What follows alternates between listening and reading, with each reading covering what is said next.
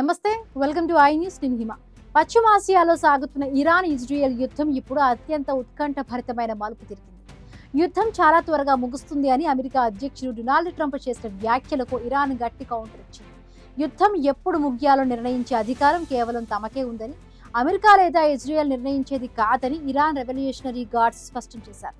అసలు ఇరాన్ అంత ధీమాగా ఉండటానికి కారణం ఏంటి? ట్రంప్ హెచ్చరికల వెనుక ఉన్న అసలు ఉద్దేశం ఏంటి? ఆ వివరాలు ఈ వీడియోలో చూద్దాం. ఇరాన్ యుద్ధం ముగింపుపై ఇప్పుడు ప్రపంచ అగ్రరాజ్యాల మధ్య మాటల యుద్ధం నడుస్తోంది. అమెరికా అధ్యక్షుడు డొనాల్డ్ ట్రంప్ మీడియాతో మాట్లాడుతూ ఈ యుద్ధం వెరీ సూన్ అంటే చాలా త్వరలో ముగిసిపోతుందని ధీమా వ్యక్తం చేశారు. ఇరాన్ నాయకత్వం ఇప్పటికే 2 స్థాయిల్లో తుడిచిపెట్టుకుపోయిందని, వారి రక్షణ వ్యవస్థలు ధ్వంసమయ్యాయని ట్రంప్ పేర్కొన్నారు.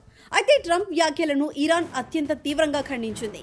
యుద్ధం ఆపటం అనేది ఇస్లామిక్ రిపబ్లిక్ ఆఫ్ ఇరాన్ చేతుల్లోనే ఉందని ఇరాన్ అధికారులు గర్జించారు. దురాక్రమణదారులు దాడులాపినంత మాత్రాన మేము యుద్ధాన్ని ఆపం, తుది నిర్ణయం మాదే అంటూ ఇరాన్ ప్రతినిధులు స్పష్టం చేశారు. అమెరికా, ఇజ్రాయెల్ తాము చేసిన దాడులకు బాధ్యత వహించాలని, మళ్లీ ఇలాంటి అరాచకాలు జరగవని గ్యారంటీ ఇచ్చే వరకు వెనక్కి తగ్గేది లేదని తేల్చి చెప్పారు. తామే ప్రస్తుతం అప్పర్ హ్యాండ్ కలిగి ఉన్నామని, అమెరికా వేసిన ప్రతి వ్యూహం విఫలమైందని ఇరాన్ వాదిస్తోంది. ముఖ్యంగా అంతర్జాతీయ ఇంధన మార్కెట్, ప్రపంచ ఆర్థిక వ్యవస్థపై ఇరాన్ చేసిన దాడులు అమెరికాకు, దాని మిత్ర దేశాలకు తీరని నష్టాన్ని మిగిల్చాయని, అది వారికి చాలా బాధాకరంగా మారిందని ఇరాన్ పేర్కొంది. ఇరాన్ నాయకత్వం అంతమైందని ట్రంప్ చెబుతుంటే, క్షేత్రస్థాయిలో తాము గట్టి దెబ్బలు కొడుతున్నామని ఇరాన్ రివర్స్ కౌంటర్ ఇస్తోంది.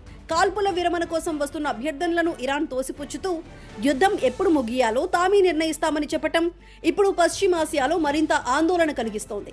అగ్రరాజ్యం ఆధిపత్యం ఒకవైపు, ఇరాన్ మొండితనం మరోవైపు వెరసి ఈ యుద్ధం ఇంకెన్ని మలుపులు తిరుగుతుందో అని ప్రపంచ దేశాలు భయపడుతున్నాయి.